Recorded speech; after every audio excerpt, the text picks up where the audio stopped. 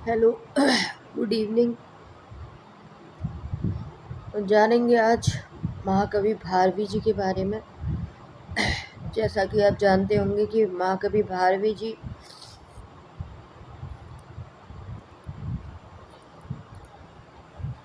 किरातार्जुनीयम की इन्होंने किरातार्जुनीयम की रचना की थी। जानते हैं आगे। भारवी के पिता का नाम श्रीधर नारायण स्वामी था।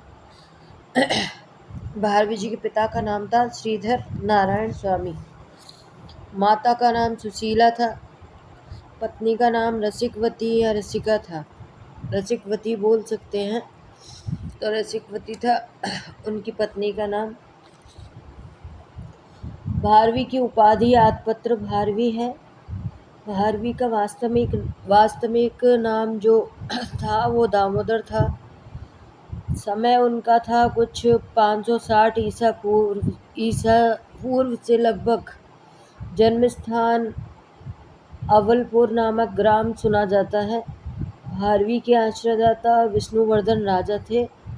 भारवी का गांव अचलपुर अथवा एचलपुर ऐसा सुनने में आता है।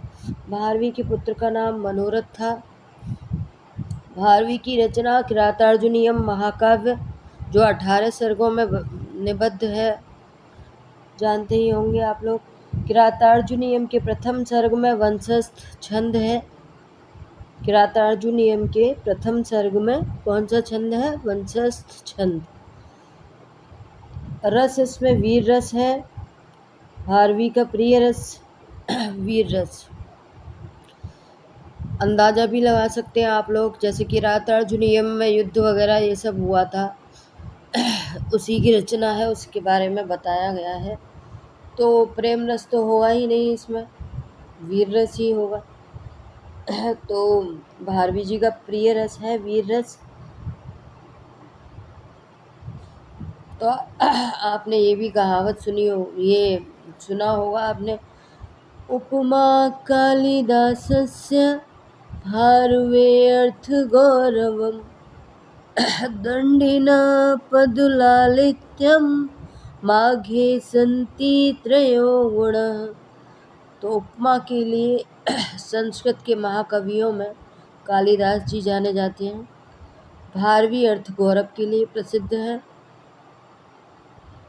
और कवि माघ जो थे उनमें ये तीनों गुण विद्यमान हैं। तो बात हो रही है भारवी जी की।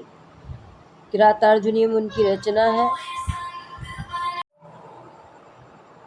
भारवी जी का प्रिय रस वीर रस है। अर्थगौरव के लिए जाने जाते हैं भारवी जी। अर्थगौरव नाम अलंकार के धनी थे वो।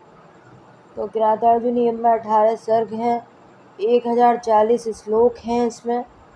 1030 श्लोक लगभग माने जाते हैं।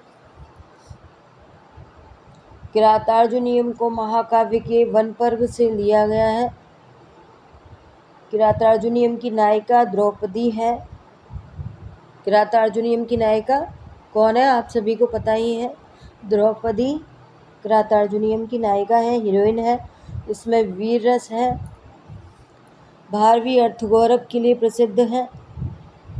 घंटापथ टीका मल्लिनाथ जी की है। नारिकेल फलम भारवी के लिए है।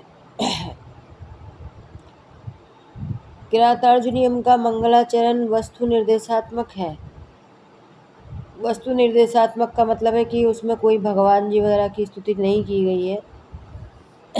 तो वस्तु निर्देशात्मक वो ऐसे ही इनडायरेक्टली स्टार्ट कर दिया गया है।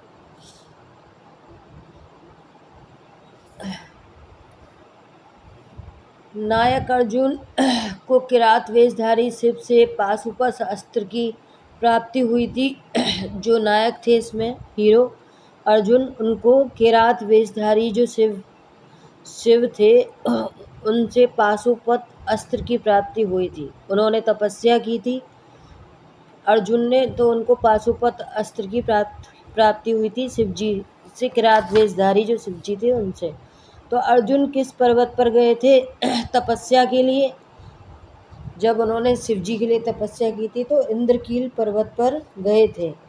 वंश परंपरा इनकी क्या थी? श्रीधर, भारवी, फिर भारवी के बाद मनोरथ, मनोरथ के बाद फिर वीरदत्त और गौरी, और फिर दंडी पैदा हुए।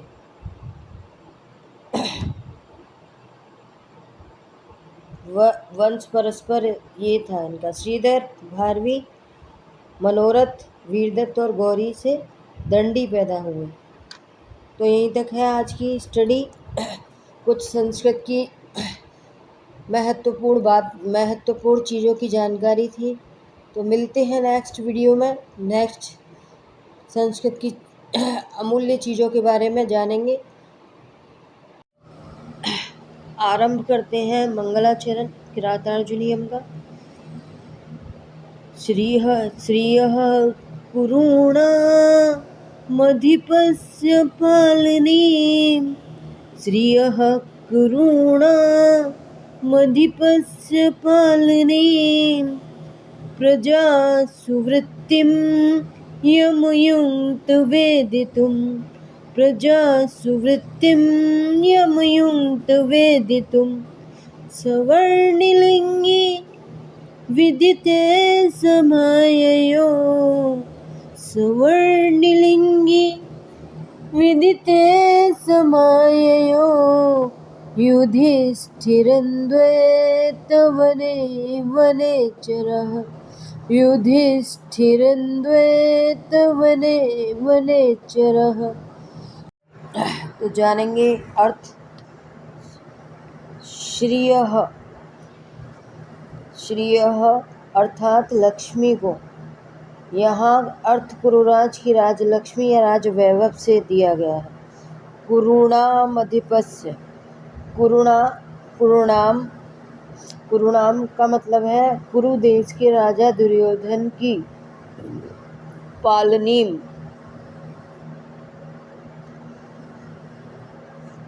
पालनीम से मतलब है पालन करने वाली व्यवस्था को क्या बोला जाता है? पालनीम।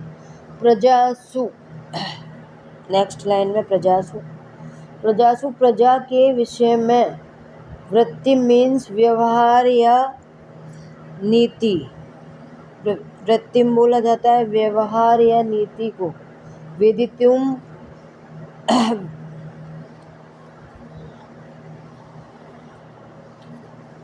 व्यवहार या नीति, विदिते समाय, युधिष्ठिरम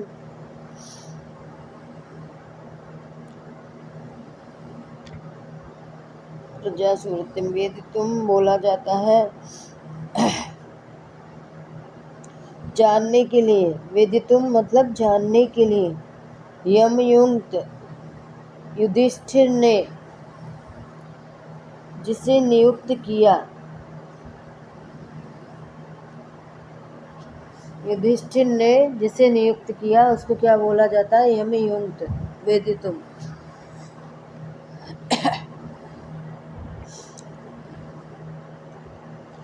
एक्चुअली कोल्ड हो रखा है मुझे, इसलिए और खांसी भी है तो आवाज़ अच्छे से नहीं निकल रही है, सॉरी, क्षमा कीजिएगा मुझे। सह का अर्थ तो आप जानते ही हैं सभी, सह माने वह होता है संस्कृत में। सह का अर्थ वर्णलिंगी ब्रह्मचारी के वेश धरने वाले को वर्णलिंगी बोला गया है। ब्रह्मचारी के वेश धरने वाले को, जो किरात था, जो वेश बदल के भेजा गया था, वनेचर, उसको बोला गया है। वर्णलिंगी विदिते समाययो, युधिष्ठिरम द्वैतवने वनेचर, युधिष्ठिरम तो विदिते सब कुछ जानकर, द्वैतवन, द्वैतवने, मतलब द्वैतवन में, द्वैतवने द्वैतवन में वनेचर को भेजा गया था। युधिष्ठिरम महाराज युधिष्ठिर के पास, समाययो का अर्थ है लौट आया, महाराज युधिष्ठिर के पास लौट आया। तो उच्चारण में कोई गलती हुई हो तो क्षमा कीजिएगा मुझे, क्योंकि मैं संस्कृत की कोई इतनी बड़ी ज्ञानी नहीं हूँ कि मुझसे उच्चारण में कोई गलती नहीं हुई हो। गलती हुई होगी तो क्षमा कीजिएगा। अब जानते हैं इसका भावार्थ। शब्दार्थ अभी बताए थे आपको, अब शब्दार्थ को मिक्स करके जो भावार्थ बनता है, इसका जो व्याख्या बनती है उसको जानेंगे। तो श्रिय करुणा मध्यपस्य पालिनी प्रजा सुवृत्तिम यमयुक्त वेदितुम सवर्णिलिंगी विदिते समाययो युधिष्ठिरम द्वैतवने वनेचर। अर्थात कुरु देश की राजलक्ष्मी की रक्षा व पालन करने वाली तथा प्रजा के प्रति राजा दुर्योधन के व्यवहार मतलब नीति को जानने के लिए महाराज युधिष्ठिर ने जिस गुप्तचर को नियुक्त किया था, कुरु देश की राजलक्ष्मी मतलब राज्य की रक्षा के लिए, पालन करने वाली प्रजा के लिए, जिस प्रजा के लिए राजा दुर्योधन के व्यवहार नीति को जानने के लिए महाराज युधिष्ठिर ने जिस गुप्तचर मतलब चुपचाप से एक गुप्तचर को नियुक्त किया गया था, वह ब्रह्मचारी वेश धारण करने वाला और कोई नहीं था बल्कि गुप्तचर वनेचर ही था। दुर्योधन के सारे वृत्तांत को जानकर द्वैतवन में युधिष्ठिर के पास वह लौट आया था, तो उसके बारे में इसमें बताया गया है। मिलते हैं नेक्स्ट वीडियो में, और थोड़ी सी और जानकारी रह गई है उसे और बता देती हूँ, फिर नेक्स्ट वीडियो में मिलेंगे। तो मंगलाचरण में विशेषता क्या थी कि ये वस्तु निर्देशात्मक मंगलाचरण था, क्योंकि इसमें सीधे कथा वस्तु की शुरुआत की गई है। भारवी जी ने इसमें सीधे ही कथा वस्तु की शुरुआत की है, सीधे स्टोरी पर ही आ गए हैं वो इसमें। तो भारवी ने सीधे श्रिय शब्द से इसकी शुरुआत की थी, जैसा कि आपको अभी बताया था। श्रिय लक्ष्मी शब्द से काव्य का आरंभ इन्होंने किया, जो बहुत ही शुभ माना जाता है। आई थिंक लक्ष्मी जो शब्द है वो काफ़ी शुभ माना जाता है, उससे ही इन्होंने शुरुआत की थी। तो छंद इसमें वंशस्थ है, पूरे श्लोक में मंगलाचरण में पूरे में वंशस्थ छंद है। जब पांडव जुए में अपना राज्य हारकर द्वैतवन में रह रहे थे, तब युधिष्ठिर ने यह जानने के लिए अपना दूत भेजा था कि दुर्योधन प्रजा के साथ कैसा व्यवहार कर रहा है। चुपके से एक दूत भेजा था जिसके कि किसी को पता भी न चले, तो कैसा व्यवहार कर रहा है इसको जानने के लिए भेजा था दुर्योधन ने। तो युधिष्ठिर ने यह जानने के लिए अपना दूत भेजा था कि दुर्योधन आखिर में व्यवहार कैसा कर रहा है प्रजा के साथ। महाभारत की कथा के अनुसार युधिष्ठिर और दुर्योधन के बीच जुआ हुआ था एक तरह से, वो सब आपको पता ही होगा। तो जुए के खेल में जब शकुनी की चालों के कारण पांडव हार गए थे, ये भी आपको पता है, सब कुछ हार गए थे पांडव अपना। तो उनको 12 वर्ष का वनवास हुआ था और 1 वर्ष का अज्ञातवास भी मिला था, और 12 वर्ष का उनको वनवास हुआ था। तो इस प्रकार कुल 13 वर्ष का उनको वनवास हुआ। 12 वर्ष का वनवास मिला था, जो सामने रहकर वनवास काटना था, और 1 वर्ष छुपकर बिताना पड़ा उनको, पांडवों को। तो आज की जानकारी इतनी ही। भारवी जी का जो ये नाटक है किरातार्जुनीयम, वो रचना है जो भारवी जी की, 18 सर्ग हैं इसमें।